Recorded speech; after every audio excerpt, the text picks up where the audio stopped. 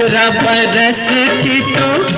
दोस्तों, आज हम बात करने वाले हैं अमिताभ बच्चन के उन 5 फिल्मों के बारे में जिन्होंने उनकी सफलता में सबसे बड़ी भूमिका निभाई। वैसे तो अमिताभ बच्चन ने अपने करियर में कई सुपरहिट और ब्लॉकबस्टर फिल्में दी है, लेकिन इस वीडियो में हम सिर्फ उनके 5 फिल्मों की चर्चा करेंगे जिन्हें उन्होंने अपने दमदार अभिनय बल पर बड़ी सफलता बनाई। साल 1969 में रिलीज हुई फिल्म 7 हिंदुस्तानी से अमिताभ बच्चन ने बॉलीवुड में अपनी करियर की शुरुआत की थी। इसके बाद उन्होंने कई फिल्मों में काम किया, लेकिन शुरुआती दौर में उनकी अधिकांश फिल्में बॉक्स ऑफिस पर असफल रही थी। हालांकि बॉम्बे टू गोवा जैसी फिल्में उन्हें कुछ पहचान दिला सकी, लेकिन वह सफलता से अभी भी दूर थे। लगातार मिल रही असफलता के कारण अमिताभ बच्चन काफी निराश हो गए थे। कहा जाता है कि एक समय ऐसा भी आया जब उन्होंने मुंबई छोड़कर अपने घर लौटने का मन बना लिया था, लेकिन किस्मत को कुछ और ही मंजूर था। इसी दौरान निर्माता निर्देशक प्रकाश मेहरा ने अमिताभ बच्चन की प्रतिभा पर भरोसा जताया। वहीं फिल्म के लेखक सलीम खान और जावेद अख्तर ने भी उनका पूरा समर्थन किया। इन लोगों के विश्वास का ही नतीजा था कि अमिताभ बच्चन को फिल्म जंजीर में मुख्य भूमिका निभाने का अवसर मिला। साल 1973 में रिलीज हुई जंजीर बॉक्स ऑफिस पर ब्लॉकबस्टर साबित हुई। जंजीर की सफलता के बाद अमिताभ बच्चन ने कभी भी पीछे मुड़कर नहीं देखा। इसके बाद उन्होंने एक से बढ़कर एक सुपरहिट और ब्लॉकबस्टर फिल्में दी और भारतीय सिनेमा के इतिहास में सबसे महान अभिनेताओं में अपना नाम दर्ज करा लिया। जब जंजीर रिलीज हुई थी तब किसी को यह पूरा भरोसा नहीं था कि यह फिल्म बॉक्स ऑफिस पर सफल होगी या नहीं, लेकिन रिलीज होने के बाद फिल्म ने ऐसी रफ्तार पकड़ी कि उसने भारतीय सिनेमा इतिहास में अपना नाम दर्ज करा लिया। जंजीर की सफलता ने न केवल अमिताभ बच्चन के करियर की नई दिशा दी, बल्कि हिंदी सिनेमा में एक नया दौर भी शुरुआत कर दी। हालांकि इससे पहले फिल्म की कहानी कई बड़े सितारों के पास गई थी, लेकिन उन्होंने इसे करने से इनकार कर दिया। इसकी एक बड़ी वजह थी फिल्म में सख्त और गुस्सैल पुलिस इंस्पेक्टर का किरदार था। उस दौर में अधिकांश अभिनेता रोमांटिक फिल्मों में काम करना ज्यादा पसंद करते थे। कहा जाता है कि फिल्म का प्रस्ताव अभिनेता राजकुमार के पास भी गया था, लेकिन उन्होंने इसे करने से मना कर दिया। इसके बारे में कई किस्से मशहूर है। उनमें से एक किस्से के अनुसार राजकुमार निर्माता निर्देशक प्रकाश मेहरा के बालों में तेल लगाना पसंद नहीं था, जिसके चलते वह फिल्म में काम करने से मना कर देते हैं। हालांकि इसके अलावा धर्मेंद्र, राजेश खन्ना और कई अन्य बड़े सितारों के पास भी यह फिल्म का ऑफर गई थी, लेकिन किसी ने किसी कारण से इस फिल्म को करने से मना कर दिया था। अगर खबरों की माने तो यह कहानी स्पेशल राजेश खन्ना के लिए लिखी गई थी। बाद में सलीम जावेद ने फिल्म बॉम्बे टू गोवा में अमिताभ बच्चन के अभिनय को देखा। उनकी लंबी कदकाठी, गंभीर व्यक्ति और दमदार स्क्रीन प्रेजेंस को देखकर उन्हें लगा कि जंजीर के लिए विजय खन्ना के किरदार के लिए अमिताभ बच्चन ही सही रहेंगे। इसके बाद अमिताभ बच्चन को मुख्य भूमिका में लेकर फिल्म बनाई गई। फिल्म रिलीज होते ही जबरदस्त हिट साबित हुई और अमिताभ बच्चन रातों रात सुपरस्टार बन गए। यही वही फिल्म थी जिसने उन्हें हिंदी सिनेमा का यंग मैन बना दिया था। हालांकि शुरुआती दौर में निर्माता निर्देशक प्रकाश मेहरा ने अमिताभ बच्चन को लेकर यह फिल्म बनाने में थोड़ा संकोच जताई थी, क्योंकि उस समय अमिताभ बच्चन के ऊपर एक असफल अभिनेता का ठप्पा लगा हुआ था। इसलिए अमिताभ बच्चन को फिल्म में लेने का फैसला जोखिम भरा माना जा रहा। लेकिन फिल्म में दिग्गज अभिनेता प्राण की मौजूदगी में प्रकाश मेहरा का आत्मविश्वास बढ़ाया। साथ ही वितरकों को भी यह भरोसा हुआ कि प्राण जैसे बड़े कलाकार के होने से फिल्म का अच्छा समर्थन मिलना चाहिए। जंजीर पहली ऐसी फिल्म थी जिसमें अमिताभ बच्चन और जया बहादुरी एक साथ नजर आए। तो फिल्म की शूटिंग के दौरान दोनों के बीच नजदीकियां बढ़ी और उनका रिश्ता प्यार में बदल गया। बाद में जंजीर की शानदार सफलता के बाद दोनों ने विवाह कर लिया। एक और दिलचस्प बात यह है कि जंजीर फिल्म में अमिताभ बच्चन पर एक भी गाना फिल्माया नहीं गया था। हालांकि फिल्म में प्रसिद्ध गीत यारी ईमान मेरा यार मेरी जिंदगी, यह गाना अमिताभ बच्चन और प्राण दोनों पर फिल्माया गया था, लेकिन इसका मुख्य केंद्र प्राण का किरदार था। तो वही फिल्म की अधिकांश शूटिंग मुंबई के विभिन्न स्टूडियो में की गई थी। इनमें RK studio, Filmistan studio, Asha studio, Swati studio, Chandivali studio जैसे प्रमुख स्टूडियो शामिल थे। अब बात करते हैं इनके अगली फिल्म के बारे में, जो कि फिल्म का नाम है दीवार। साल 1975 में रिलीज हुई थी। दीवार हिंदी सिनेमा का सबसे यादगार फिल्मों में से एक मानी जाती है। बहुत कम लोग जानते हैं कि दीवार के लिए अमिताभ बच्चन पहली पसंद नहीं थे। फिल्म के लेखक सलीम खान और जावेद अख्तर ने इस किरदार के लिए अमिताभ बच्चन का नाम सुझाया था, जबकि रिपोर्ट के अनुसार शुरुआती दौर में राजेश खन्ना सहित कई अन्य बड़े सितारों का नाम भी विचार किया गया था। आखिरकार सलीम जावेद के विश्वास के कारण भूमिका अमिताभ बच्चन को मिली। हालांकि उस समय अमिताभ बच्चन एक सफल अभिनेता बन चुके थे और उनके पास फिल्मों की कोई कमी नहीं थी। दिलचस्प बात यह है कि उसी दौरान वह शोले की भी शूटिंग कर रहे थे। कहा जाता है कि दिन में वह शोले की शूटिंग करते थे और रात में दीवार की शूटिंग में व्यस्त रहते रहते थे। दोनों फिल्मों में एक साथ काम करना उनके लिए काफी चुनौतीपूर्ण था। आपको यह जानकर हैरानी होगी कि दीवार कई सिनेमा घरों में लगभग 100 सप्ताह तक लगातार चलता ही रहा। फिल्म को दर्शकों ने जबरदस्त प्यार दिया और उस फिल्म को एक जबरदस्त हिट सक और यह उस दौर की सबसे सफल फिल्मों में शामिल हो गई।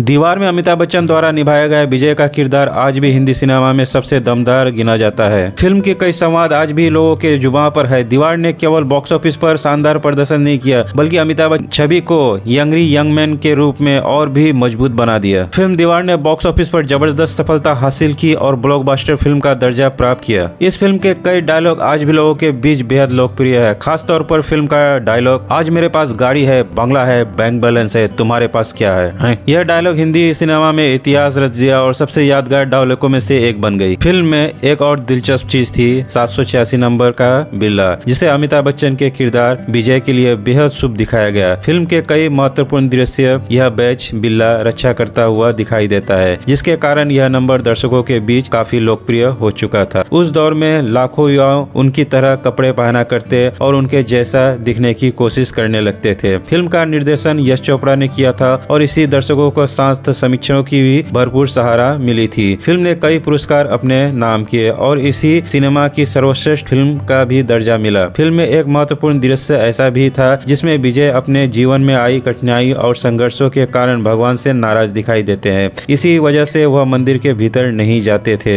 यह दृश्य किरदार की मानसिक स्थिति और उसके भीतर चल रहे संघर्ष को दर्शाने के लिए फिल्माया गया था। कहानी के लेखक सलीम खान और जावेद अख्तर ने विजय के चरित्र को एक ऐसे व्यक्ति के रूप में प्रस्तुत किया था जो परिस्थितियों से लड़ते लड़ते भीतर से कठोर हो गया था। हालांकि फिल्म के इन दृश्यों को मुख्य रूप से किरदार के भावनात्मक संघर्ष को दिखाने के लिए रखा गया था। फिल्म में विजय एक ऐसे युवक के रूप में दिखाया गया जो बचपन से ही गरीब और संघर्ष का सामना करता है और बाद में बंदरगाह पर मजदूरी करके अपने जीवन की शुरुआत करता है। कई फिल्म विशेषज्ञों और मीडिया रिपोर्ट्स के अनुसार दीवार की कहानी और विजय का किरदार आंशिक रूप से उस दौर के चर्चित तस्कर और कारोबारी हाजी मस्तान के जीवन से प्रेरित माना जाता है। हालांकि फिल्म निर्माता ने इसे पूरी तरह से किसी एक व्यक्ति की जीवनी नहीं बताया, लेकिन दर्शकों और समीक्षकों ने इसे हाजी मस्तान के जीवन से कुछ झलकियां जरूर देखने को मिली। फिल्म का नाम दीवार रखने के पीछे भी एक खास कारण था। कहानी दो भाइयों के इर्द गिर्द घूमती है जो परिस्थितियों के कारण एक दूसरे को हो जाते हैं। एक भाई ईमानदार का रास्ता चुन लेता है, पुलिस अधिकारी बनता है, जबकि दूसरा भाई गलत रास्ते पर चलकर अपराध की दुनिया में पहुंच जाता है। दोनों भाइयों के बीच खड़ी होने वाली यह वैचारिक और भावनात्मक दूरी एक दीवार के रूप ले लेती है, जिसके कारण फिल्म का नाम दीवार रखा गया। फिल्म में विजय अपार दौलत, बंगला, गाड़ी और शोहरत हासिल कर लेता है, लेकिन उसका छोटा भाई रवि, जिसका किरदार शशि कपूर ने निभाया था, ईमानदारी और कर्तव्य के मार्ग पर चलता है। दीवार अमिताभ बच्चन के करियर की सबसे महत्वपूर्ण फिल्मों में से एक साबित हुई। इस फिल्म ने उनकी लोकप्रियता को नई ऊंचाई तक पहुंचाया और उन्हें हिंदी सिनेमा का सबसे बड़ा सितारा बना दिया। अब बात करते हैं अमिताभ बच्चन की तीसरी बड़ी ब्लॉकबस्टर फिल्म की। यह फिल्म न केवल उनके कैरियर की बल्कि भारतीय सिनेमा के इतिहास की भी सबसे महंगा फिल्मों में गिनी जाती है। इस फिल्म का नाम था शोले। हालांकि शोले फिल्म की शूटिंग दीवार से पहले शुरू हो चुकी थी। यह फिल्म बेहद बड़े पैमाने पर बनाई जा रही थी, इसीलिए इसकी शूटिंग पूरी होने में लगभग 1.5 वर्ष का समय लगा। आपको बता दें कि जब साल 1973 में जंजीर रिलीज हुई थी और ब्लॉकबस्टर साबित हुई, तब अमिताभ बच्चन को शोले में काम करने का अवसर मिला था। साल 1973 से लेकर साल 1975 तक शोले की शूटिंग लगातार चलती रही। इसी दौरान फिल्म को कई तकनीकी और निर्माण संबंधी चुनौतियों का भी सामना करना पड़ा था। वहीं इसी अवधि में अमिताभ बच्चन को दीवार भी मिली, जिसकी शूटिंग उन्होंने शोले के साथ साथ पूरी की। कहा जाता है कि उस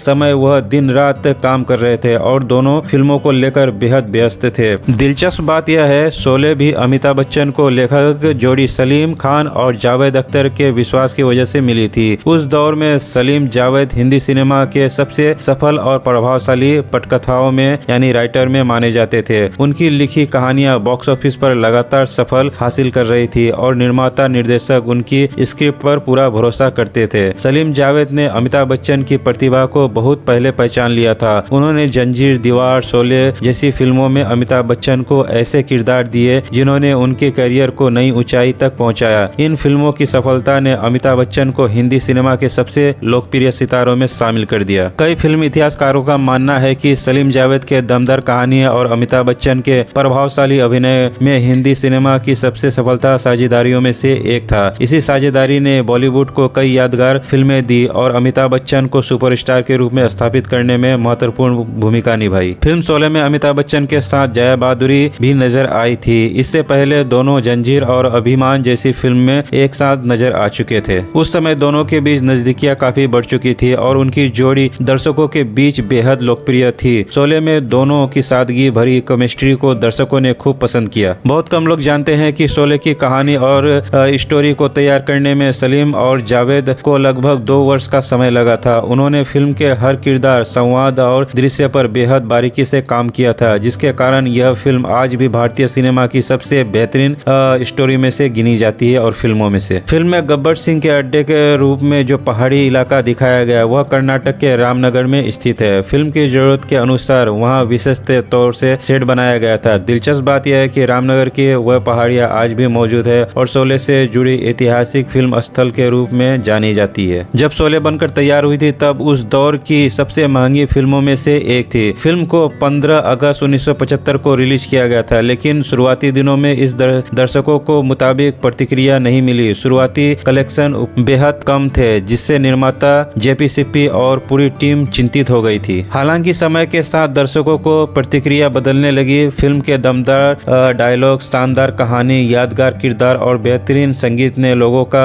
दिल जीत लिया। धीरे धीरे शोले ने रफ्तार पकड़ी और भारतीय सिनेमा के इतिहास में सबसे बड़ी ब्लॉकबस्टर या फिर सबसे बड़ी ऑल टाइम ब्लॉकबस्टर फिल्मों में शामिल हो गई। आज रिलीज के कई दशक बाद भी शोले की लोकप्रियता में कोई कमी नहीं आई है। फिल्म का हर किरदार, जय वीरू, गब्बर सिंह, ठाकुर, बसंती, राधा दर्शकों के दिलों में आज भी जीवित है। इसके डायलॉग, लोकेशन, दृश्य और किरदार भारतीय सिनेमा की अमूल्य धरोहर बन चुकी है। यही कारण है कि शोले को केवल एक फिल्म नहीं बल्कि भारतीय सिनेमा का एक ऐतिहासिक अध्याय माना जाता है, जिसे आज भी उत्साह और प्रेम के साथ देखा जाता है जैसे इसकी रिलीज के समय देखा जाता था। फिल्म शोले में गब्बर सिंह का किरदार आज भी भारतीय सिनेमा के इतिहास में सबसे यादगार विलन किरदारों में गिना जाता है। बहुत कम लोग जानते हैं कि इस भूमिका के लिए शुरुआत में अभिनेता डैनी को चुना गया था। हालांकि अन्य फिल्मों में व्यस्त होने के कारण वह इस भूमिका को नहीं कर सके। इसके बाद यह किरदार अमजद खान को मिला। अमजद खान ने गब्बर सिंह के किरदार को इतनी शानदार तरीके से निभाया कि वह रातों रात पूरे देश में मशहूर हो गए। उनकी दमदार आवाज, अनोखा अंदाज और यादगार डायलॉग ने गब्बर सिंह को भारतीय सिनेमा का सबसे